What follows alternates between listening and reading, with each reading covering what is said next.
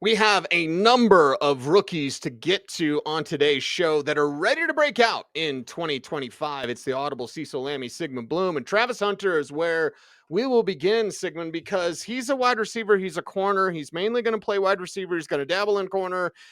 Brian Thomas is there to take away all of the defense's attention.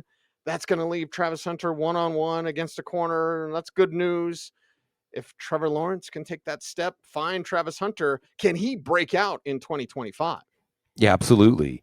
And unlike Marvin Harrison Jr. last year, who cost a second-round pick, you can get Travis Hunter in the 4th round, maybe even a little bit later than that. So if you want to take a ride on this mystery trip, magical mystery tour with Travis Hunter, it's not that expensive. And we know that he's the best upside wide receiver in this draft, but also he wasn't concentrating on wide receiver. So it's funny how we made a full circle, Cease, because before the draft, there was a lot of consternation in fantasy circles. Well, is he a cornerback? Is he a wide receiver? How are you going to know how much he's going to play? How can he be good for fantasy? They announce him as a wide receiver. They say he's going to focus on wide receiver. And now they add context and say, well, it's because he wasn't focused on wide receiver, and we want to just be able to deploy him week to week, whatever way we see fit, adding that he could play the whole game, theoretically. But the point is this, Cease. If he's a good receiver, if he's a playmaking receiver, they're going to play him a lot on offense. He's going to create his own opportunity, and he has a talent roughly on a par with a Justin Jefferson in terms of what he can do, the width, depth, and breadth of what he has shown physically and what he has shown in terms of football skills as a wide receiver. So this is really exciting, especially with Liam Cohen calling the shots. And we know that this is going to be a much more exciting offense. Hunter could be a big reason why, and exciting for your fantasy team too. Yeah, and you said what, 4th round is where you can get him I think right so, now? yeah. Maybe even a little later. What about IDP leagues? Right? Well, check your scoring lineups. Check your Right. scoring lineups. Check the status, because sometimes offensive players get credit for defensive stats, and sometimes they don't. So it all depends on your league software. Nobody should get credit for calling an Ashton Jeanty breakout because, well, it's going to happen. And I understand that Saquon Barkley is a darling. We love him. But when he has the recent comments of like, hey, I decided that, going to prepare differently and try to ramp up and save it towards the end of the season, that never works. He's on the cover of Madden. You can call it the Madden curse if you want. The reason why I bring this up, Bloom, is because others will say Ashton Jeanty breakout. Yeah, that's fine. I'm saying Ashton Jeanty, best fantasy running back in the land.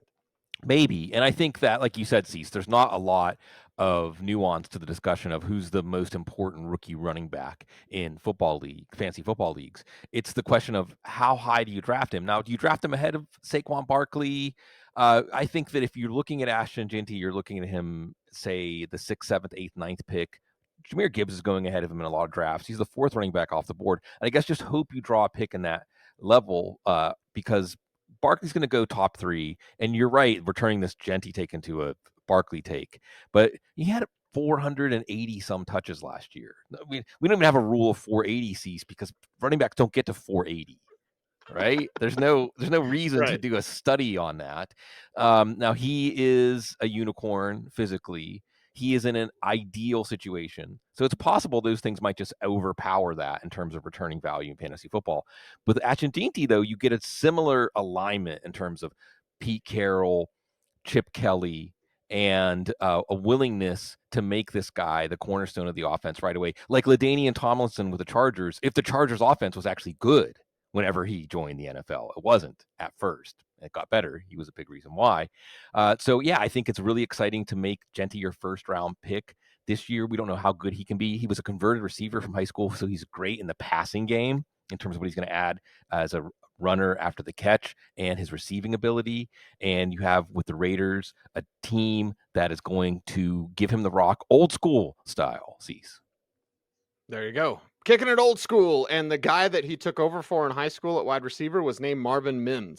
Let's talk about a wide receiver, and his name's Tetairoa McMillan. Don't call him Tet. Just call him a fantasy asset that's ready to explode. And part of this Tetairoa McMillan take is a Bryce Young take. Right. And continuing to take further steps. Yeah, a Panthers take in general, right? We're going to keep hitting this so people can remember, because in the conversation about the most improved offenses this year, you're going to hear Jacksonville a lot. We already touched on that. You're going to hear Raiders a lot. touched on that. Is there a way we can get Chicago into the show? Probably. Even if we don't, that's also an offense that should be greatly improved this year. All those teams had changes with the coaching staff. Changes at quarterback with one, the other two number one overall picks that you think, hey, you can get the most out of them. And there's another one overall pick in Bryce Young, who you already saw Dave Canales getting more out of him after the bye last year. And you add in Tetairoa McMillan, who they're very excited to get. And see, wouldn't it make you feel good if you took a player and the Rams were mad at you? Like if the voice that goes up in the fantasy draft room is Sean McVay saying, because that was what was happening with the Rams. Now, of course, they wanted Brock Bowers, ended up with Jared Verse last year. So that turned out okay for the Rams. They trade out of the first, end up with Terrence Ferguson. He's another potential conversation. We'll talk about another rookie tight end I know on this show. But when we look at the Panthers offense, you've got first round pick Xavier Legette, first round pick Tetairoa McMillan. You've got Adam Thielen, the old man of the group, the most productive, and Jalen Coker, who is the most exciting as a downfield receiver. And you might say for McMillan, he's going to have to be adjusted to NFL coverage. He's going to draw probably the best outside cover corner right out of the gate. So if he starts slow, there's plenty of players that can pick up the slack. And then this can be a passing game with everybody in more natural roles. Now that you add McMillan, he can be that classic X receiver outside. This could be one of the most improved offenses in the league. McMillan going around the same point in the draft as Hunter. So, that's for me, that's easy. That's Hunter. But at the same time, we shouldn't overlook the potential that McMillan has to elevate this offense and for this offense to elevate all the players in it. You mentioned Chicago. Should we be talking about Colston Loveland? Now, he needs to be healthy, but it's a Ben Johnson offense. And I believe Ben or somebody around there was talking about we see some Sam Laporta traits. Sure. Okay. Sounds pretty exciting. We're talking about breakout rookies and Loveland, not Warren, not yet Ferguson, but okay, Loveland, Ben Johnson. Kaleb hitting. This could be something, could be nothing. Well, you should bring up Sam Laporta because of what he did in a Ben Johnson offense as a rookie, and the idea that in the Bears' competition for playing time, competition for targets, everyone's starting at the same point. Doesn't matter what your contract is. It doesn't matter what your stats were last year. So if Colston Loveland is one of the most dependable, most dangerous, best executing players in the offense, he's going to get a workload in terms of the passing game, in terms of snap count, to merit up to the level that he's ready to play at. And a lot of people had Tyler Warren ahead of Colston Loveland going into the draft, not the Bears. And Colston Loveland is probably a more refined receiver and blocker. He's probably more ready to get on the field in a large role. That doesn't mean that the Colts won't try to force Tyler Warren into a large role, which also kind of matters for fantasy. But that's the point. The Bears aren't going to try to prove that Colston Loveland was the right pick by forcing him out there. But the Bears are also going to not cap his role if he's ready for a big role. They're just going to let merit decide it. So I think you're right, Cease, that when we look at which rookie tight end that might break out, I think Tyler Warren will be more likely given a big opportunity. But if Colston Loveland is given a big opportunity, it'll be because he earned it. Yeah, earning it. Let's earn the label of neurotic Steelers fans. Because Kaleb Johnson, you think of the hammer, you think of a Steelers back. It's not just the colors from college, but black and yellow. Yeah, do it. And they're with more Aaron Rodgers. And then perhaps less Jalen Warren. They've already discussed that. Maybe Jalen Warren has a smaller role. Where do you stand on Kaleb Johnson? I'm swinging a little more to Jalen Warren at this point, but maybe none of the above. See, because I'm an erotic Steelers fan, I'm going to turn this into a woe is me Steelers fan kind of take, because Mike Tomlin's recent comments about Kaleb Johnson, and you understand it from the point of view of the Steelers, right? They say, well, he had a lot of Sunday runs. What do I mean Sunday runs? It's stacked boxes, not a lot of time to make a decision. I get it. But doesn't that just tell you that, again, no imagination for this offense at all, right? In the third round, they're not looking to take somebody like a Devin Achane, right? They're not looking to take somebody who's going to more a dynamic, add some wrinkles. No. We want a guy who's used to running in stacked boxes. Cecil, what are we doing here, man? What are we doing here? So The other thing is, on that same point, don't the Steelers just seem conservative in terms of handing it over to a third-round rookie? Najee Harris was a first-round rookie. He was also lauded for just how advanced his game was overall. Like, very dependable back. Kaleb Johnson works in the zone running game and Arthur Smith's running game, but the Steelers don't strike me as a type to just get carried away. And the other thing that I took note of was Jaylen Warren saying he reshaped his body and his preparation for this year, expecting to get more work. Now, maybe that's Jaylen Warren lobbying through the media for a larger role, but I think it's probably more likely that the Steelers went to him this offseason and said, hey, like, this year is going to be your chance. Get ready to you get ready. Like, we're going to give you as much work as you can handle. So I guess don't take a Steelers back, but if you do, take Jaylen Warren. It's time to play the audible drinking game here because it is a Broncos show, and RJ Harvey is not on this list for me. So I think his exclusion should be something, one, fans might be curious. Why didn't Lammey talk about the Broncos? He'll never shut up about the Broncos. But RJ Harvey's path to breaking out is now impeded by J.K. Dobbins. So J.K. Dobbins there to be the full-time back, in my opinion, RJ Harvey to be the Darren Sproles, something even our very own Matt Waldman has started talking about in the conversation. You think it's Mark Ingram and Alvin Kamara, but this year, because of pass protection, and I asked Sean Payton if he could trust RJ Harvey as a pass protecting back. He said, I know what you're talking about. Is he a 3-down back? Well, there's ways to scheme up pass protection where it's not always on him. And he mentioned Darren Sproles as an answer. Look what I had to do with Darren Sproles sometimes. You're not going to take on those linebackers. RJ Harvey, a compact back, not a small back, an exciting back, and a dynamic player as well. J.K. Dobbins is there for about 10 games, but J.K. Dobbins is there to kind of get in the way of Harvey. So Harvey not on this list for me, Bloom. Right. But his exclusion is something we should mention. Yeah, and maybe that means Dobbins is a player we're underrating across the board, right? Harvey dropped in drafts after Dobbins was signed, but he's still going well ahead of Dobbins. There's that rookie unknown mystery box allure, but the overtones coming out of Denver are that Dobbins is going to be a 3-down back, or at least Dobbins is a running back that they trust on all 3 downs. Right. And that doesn't mean he's going to be a 70% of the snaps guy, but he probably is going to lead the backfield in snaps and touches and rushing touchdowns. It's still a little quizzical. It's a Denver show, Cease. It's still a little quizzical. You know, there was a flurry of running back moves, and they kind of force you to reverse engineer, like, you know, these running backs have been out here since after the draft.